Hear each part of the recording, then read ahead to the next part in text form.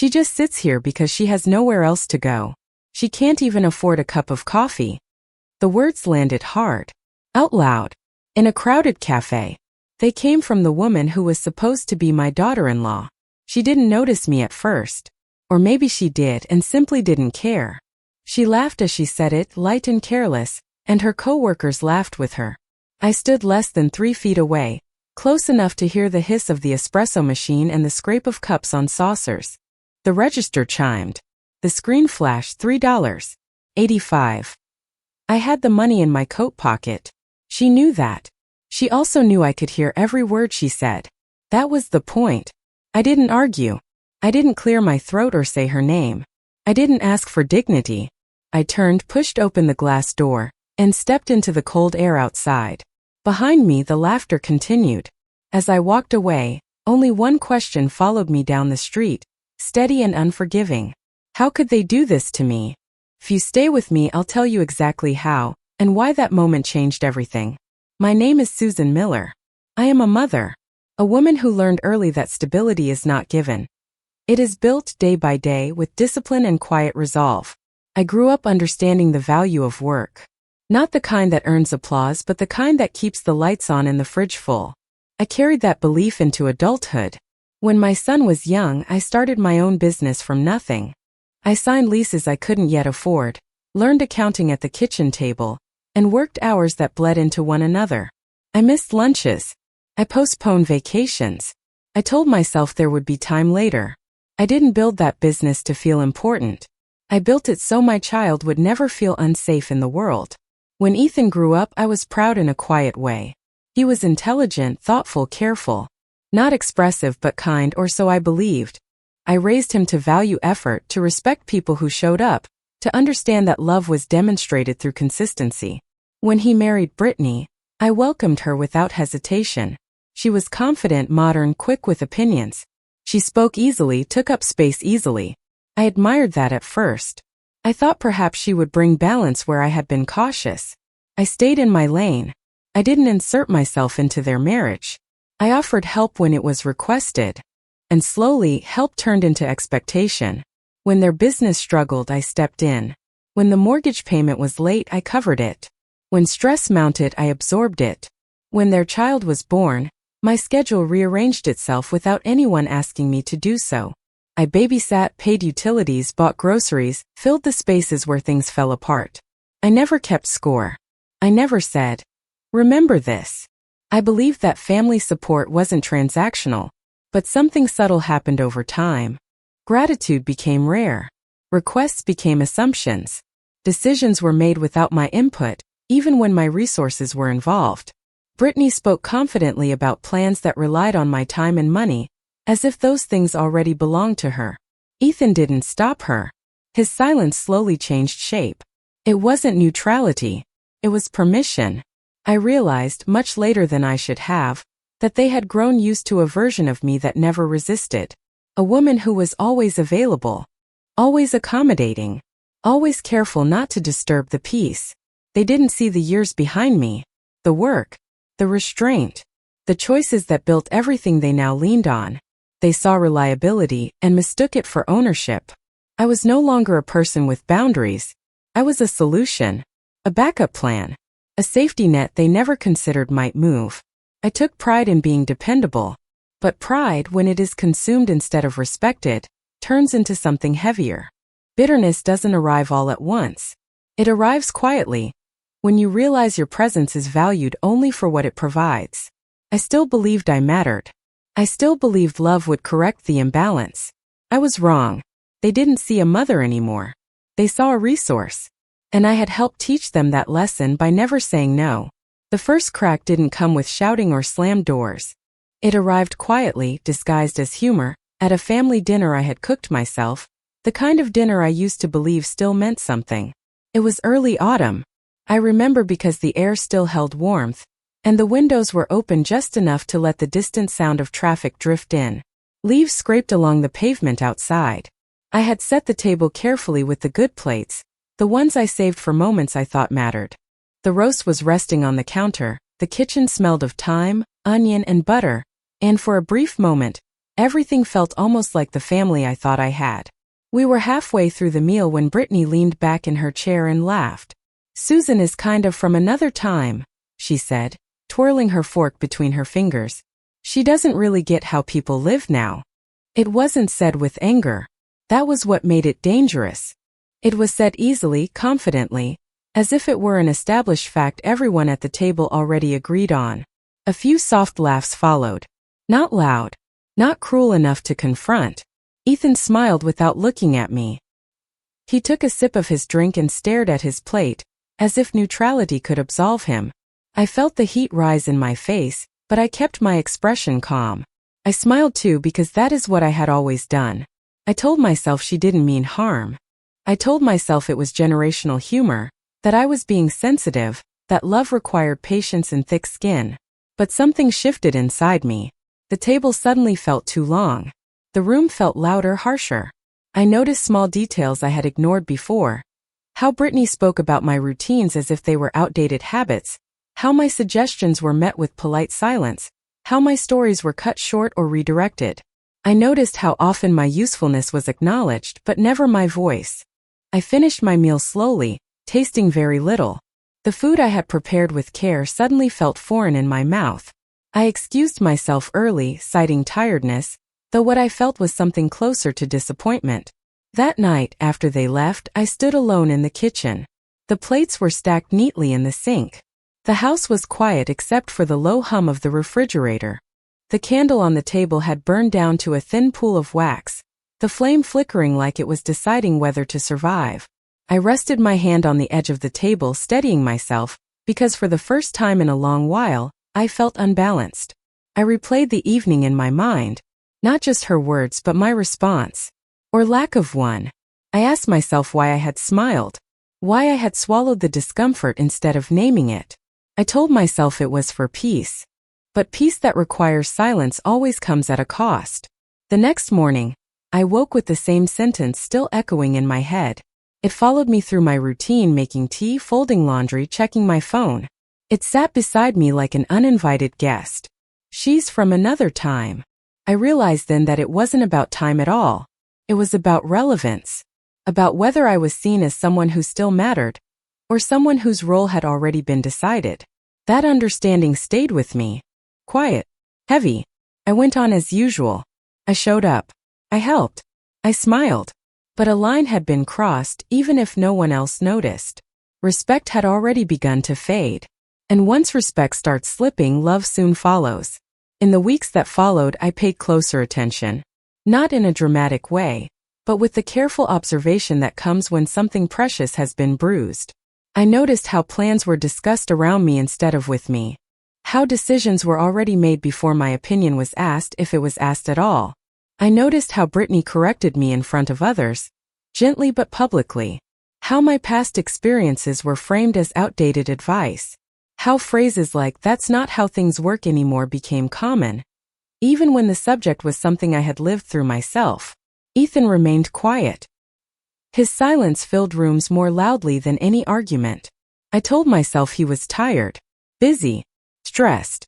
I made excuses for him the same way I had made excuses for her. But silence, I learned, is rarely neutral. I began to feel smaller in conversations. I spoke less. I listened more. I waited to be invited instead of assuming I belonged. None of this was asked of me directly. That was the most unsettling part. It simply became the air I was expected to breathe. I still showed up with meals. I still offered help. I still rearranged my schedule for their convenience. But something inside me was watching now, recording moments I once would have dismissed. I didn't confront them. I wasn't ready. I still believed the situation could correct itself if I was patient enough. What I didn't understand then was that patience, when it is mistaken for permission, invites more of the same. The crack had formed. I was just beginning to see it. I wish I could say I recognized it immediately for what it was. I didn't. I kept hoping it would heal on its own. But cracks don't close when they're ignored. They widen quietly, until one day the damage can no longer be denied. At the time, I told myself I was imagining things. That families shift, that roles change, that this was simply the natural order of life. But deep down, something in me already knew. This wasn't change. It was erasure. And once you feel yourself being erased even slowly, you never quite sit at the table the same way again. I was still there in body, still present in function, but no longer fully seen. And that was only the beginning. The first crack rarely looks dangerous. It looks small enough to ignore. That is why it matters. I understand that now. It took time, but the lesson stayed. Quietly it waited. So did I. For longer than I should have.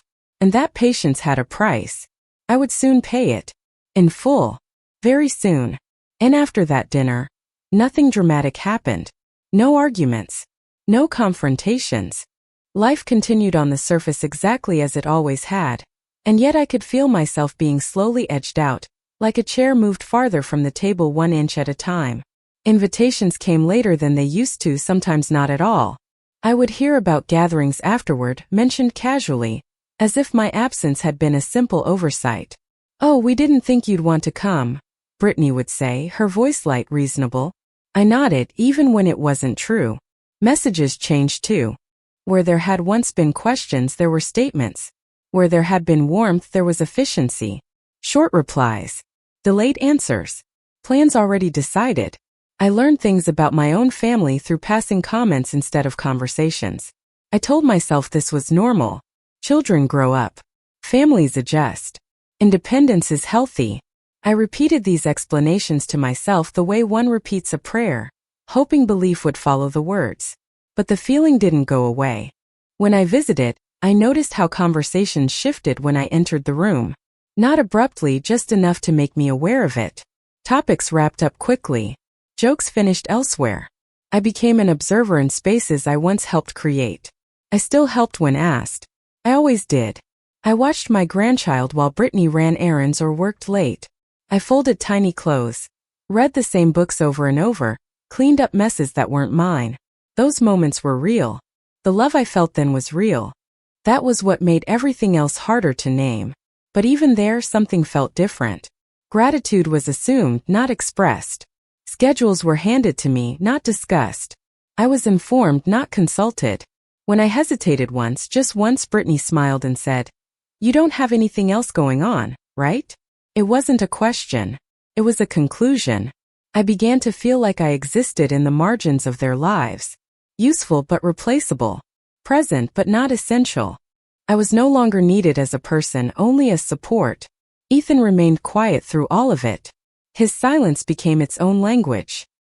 He didn't contradict her. He didn't defend me. He simply allowed things to unfold. I watched him choose comfort over clarity again and again, and each time it left a small ache behind. I stopped offering opinions. When I did speak, I measured my words carefully, afraid of sounding outdated, intrusive, irrelevant. I hated that feeling. I hated how quickly it had taken root. At home alone, I began to notice how tired I felt. Not physically, emotionally.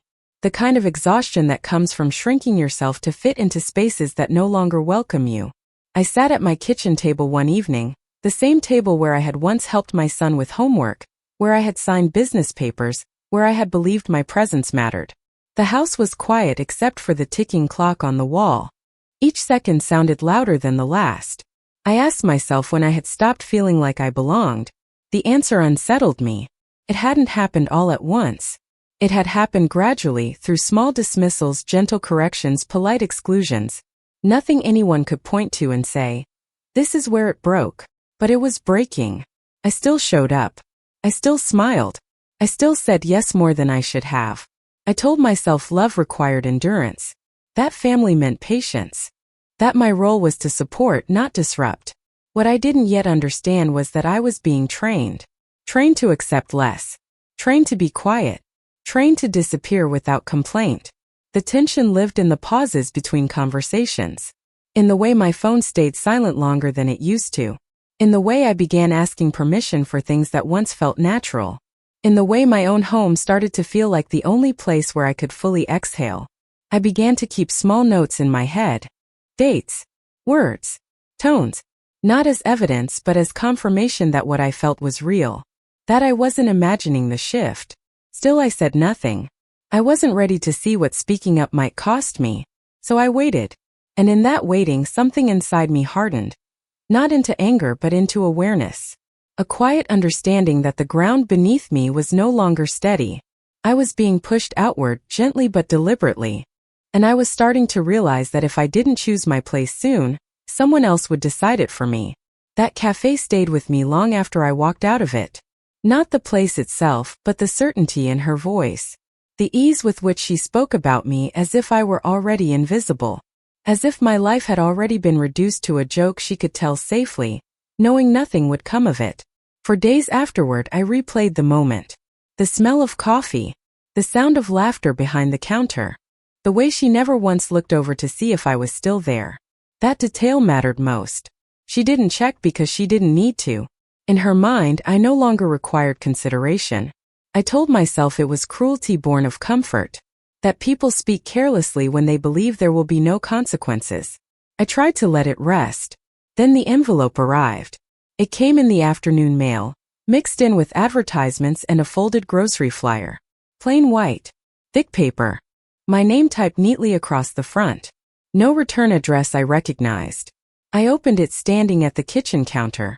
Inside was a legal document. Formal language. Paragraphs dense with intent. I read it once without understanding, then again more slowly, my finger tracing the lines as if they might move. A number stood out, printed clearly on the page. $420,000. I sat down. The document outlined expectations, assumptions, plans. It spoke of my estate, my assets, my eventual passing, all framed with careful neutrality. They had already consulted someone, already discussed timelines, already decided what would happen to what I had built. Without me. I felt something sharp pass through my chest. Not panic, not anger, but recognition. This wasn't impulsive. This wasn't thoughtless humor in a cafe. This was preparation. They weren't waiting for my decisions. They were waiting for me to be gone. I noticed details I might have missed before. Dates that lined up with recent conversations. Language that echoed things Brittany had said casually, almost playfully. I understood then that the cafe hadn't been a slip. It had been confidence. The kind that comes when you believe the ending is already written. I folded the paper carefully and placed it back into the envelope. My hands were steady. That surprised me. I expected shaking, tears, something dramatic. Instead, there was a deep ringing silence inside me, like a room emptied of furniture.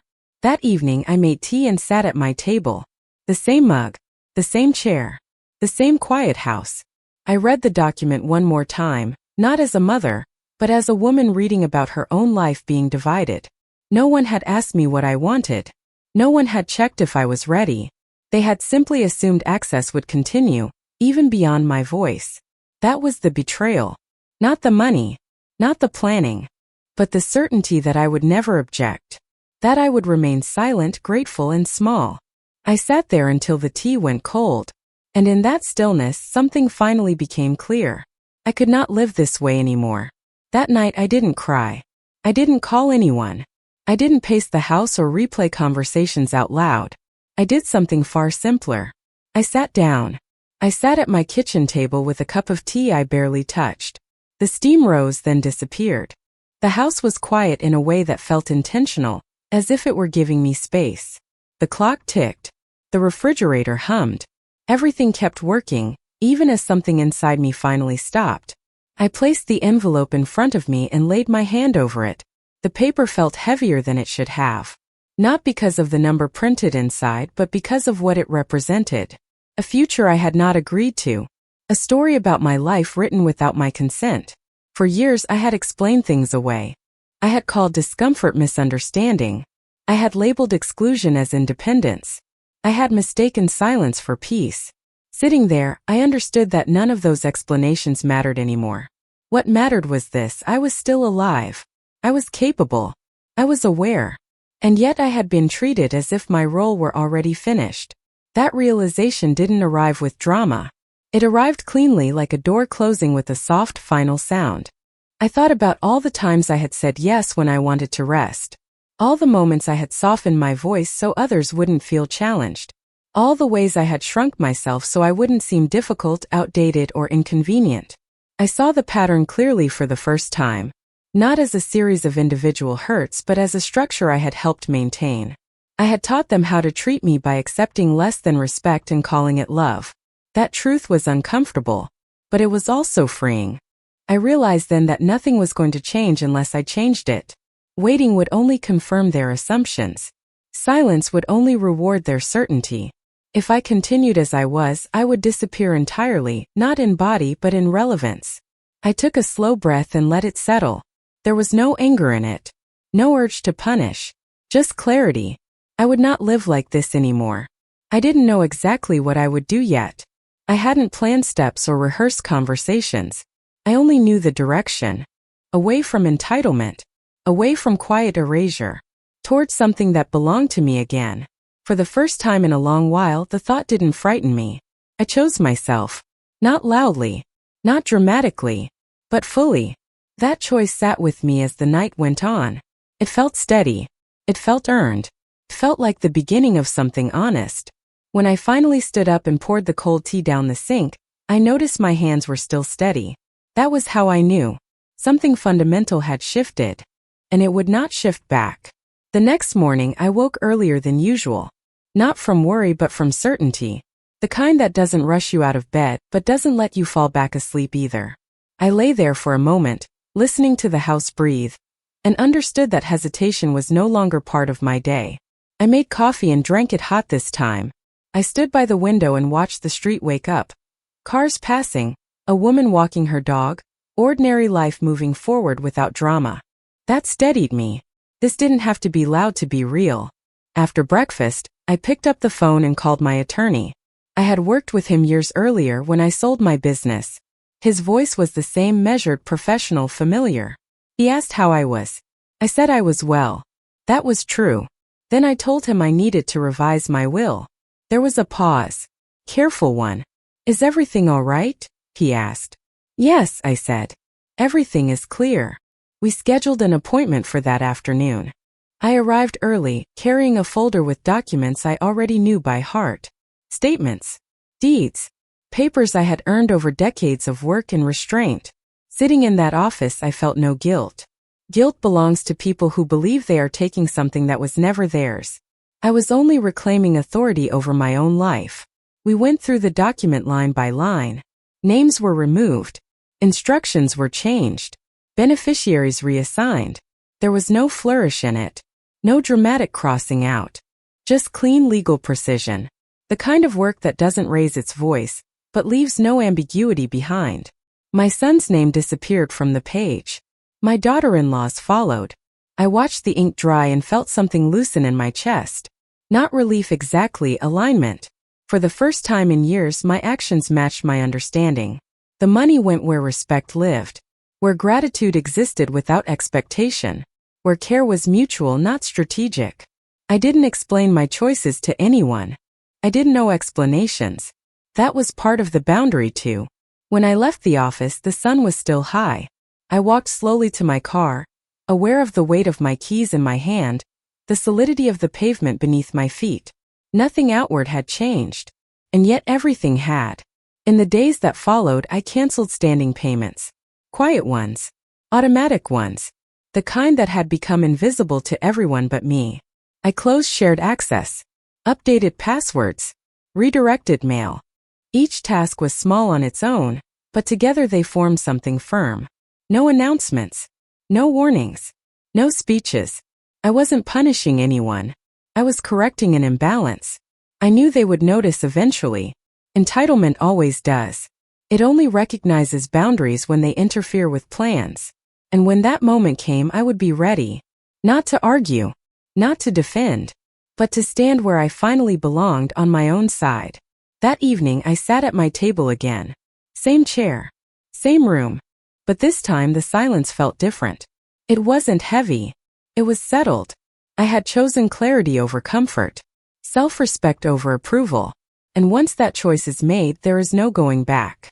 The door I closed that day did not slam. It locked. From the inside. It didn't take long. When the payments stopped clearing, confusion arrived before confrontation. Missed transfers. A declined automatic withdrawal. A phone call that went unanswered because I was still deciding whether silence, for once, was the kinder response. Then they showed up. I saw their car from the window before I heard the knock. Parked too close to the curb, slightly crooked like they had been in a hurry. I didn't rush to the door. I finished rinsing my cup, set it upside down on the towel and dried my hands slowly. Whatever this was, it didn't deserve panic. When I opened the door, Brittany was already crying. Not quietly. Not privately. The kind of crying meant to be seen. Her makeup was smudged. Her voice unsteady. Ethan stood beside her, hands in his pockets, eyes fixed somewhere past my shoulder, as if the house itself made him uncomfortable. "There's been a mistake," Brittany said immediately. "The account, something's wrong." I looked at them both and nodded once. "Come in," I said and stepped aside. They sat at my table. The same table where I had made so many quiet decisions in their favor.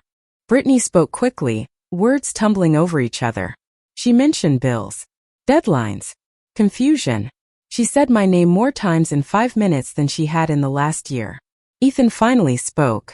"Mom," he said softly, "we need to talk." I waited. They explained how things had become difficult suddenly, how plans had fallen apart, how stress had taken over. Brittany said they never meant to hurt me, that the cafe incident had been a joke, that the document had been a misunderstanding. She spoke of family, of love, of everything I had once given freely. I listened without interrupting. When she finished, the room felt empty, like the air had been used up. Ethan looked at me, then really looked at me, as if he were seeing the shape of the boundary for the first time. "Did you change the will?" he asked. "Yes," I said. There it was. No explanation attached. No apology wrapped around it. Just the truth stated plainly. Brittany's crying stopped. Her face tightened, recalculating. "But that money," she began. "It's mine," I said gently.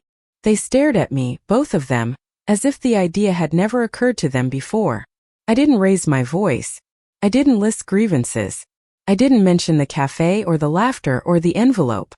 I didn't need to. Those things belonged to the past. This moment belonged to the present. "I've made other arrangements," I continued. "I won't be supporting you financially anymore." Ethan swallowed. "We're family," he said, unsure. "Yes," I replied. "And families don't plan someone's life without them." Silence settled between us. Heavy, uncomfortable, unavoidable. They left not long after. Brittany didn't hug me. Ethan hesitated, then nodded once before following her out. I watched their car disappear down the street, the sound of it fading into something distant and final. That evening my phone lit up with messages. Some apologetic, some confused, some edged with anger. I didn't respond. Consequences don't need commentary. For the first time the imbalance had shifted, and they felt it. So did I. After they left, the house felt different. Not emptier. Quieter in a way that felt earned. I stood in the doorway for a long moment, my hand still resting on the frame, listening to the silence settle into its proper shape. There was no rush to fill it. The days that followed were simple. Deliberately so. I woke when I wanted. I drank my coffee slowly, from the same mug I had owned for years, the one with a small crack near the handle that never quite leaked. I noticed how much space there was in my life when I wasn't constantly bracing for someone else's needs. I began to make changes, not out of anger, but out of clarity. I sold the house. Not impulsively. I had already outgrown it, I realized. Too many rooms filled with old expectations. Too many corners where I had waited for appreciation that never came. Packing took time. I moved carefully, deciding what to keep and what to release. Objects carry stories, and I honored them before letting them go. I chose a smaller place near the water. Quiet. Light-filled. A place where the mornings felt open instead of demanding. On my first night there, I lit a candle and sat on the floor, because the furniture hadn't arrived yet, and smiled at how peaceful it felt to begin again without witnesses. I found a rhythm that belonged to me. Walks in the early evening. A local library where no one knew my history. Volunteering twice a week, not because I was needed, but because I wanted to be there. The difference mattered. People met me as I was, not as what I could provide. Conversations didn't revolve around what I could fix. I spoke freely. I listened without guarding myself. Respect returned naturally without negotiation. My phone rang less often. When it did, I chose whether to answer. That choice felt like a luxury I had forgotten existed. Some calls I let go unanswered. Others I took calmly, without the old ache behind my ribs. I thought about Ethan sometimes. About the boy he had been. About the man he became. I didn't rehearse arguments or imagine apologies. I let the thoughts pass the way you let weather move through a day. Not everything needs resolution to release its grip. What surprised me most was how steady I felt. No triumph. No bitterness. Just balance. I had stopped explaining myself, and in doing so, I had found my voice again. I understood then that I had never been weak. I had been patient. And patience, when misplaced, can look like submission. But when it ends, something stronger takes its place. This life was quieter. Smaller maybe from the outside. But inside it felt expansive. Honest. Mine. I had chosen myself not as an act of defiance but as an act of care. And that choice changed the way the world met me. For the first time in years I felt fully present in my own life. And that was enough. I think now about that woman in the cafe, the one they laughed at, the one they believed had nowhere else to go. I understand something I didn't understand then. They confused patience with weakness. They mistook silence for permission. I was never weak.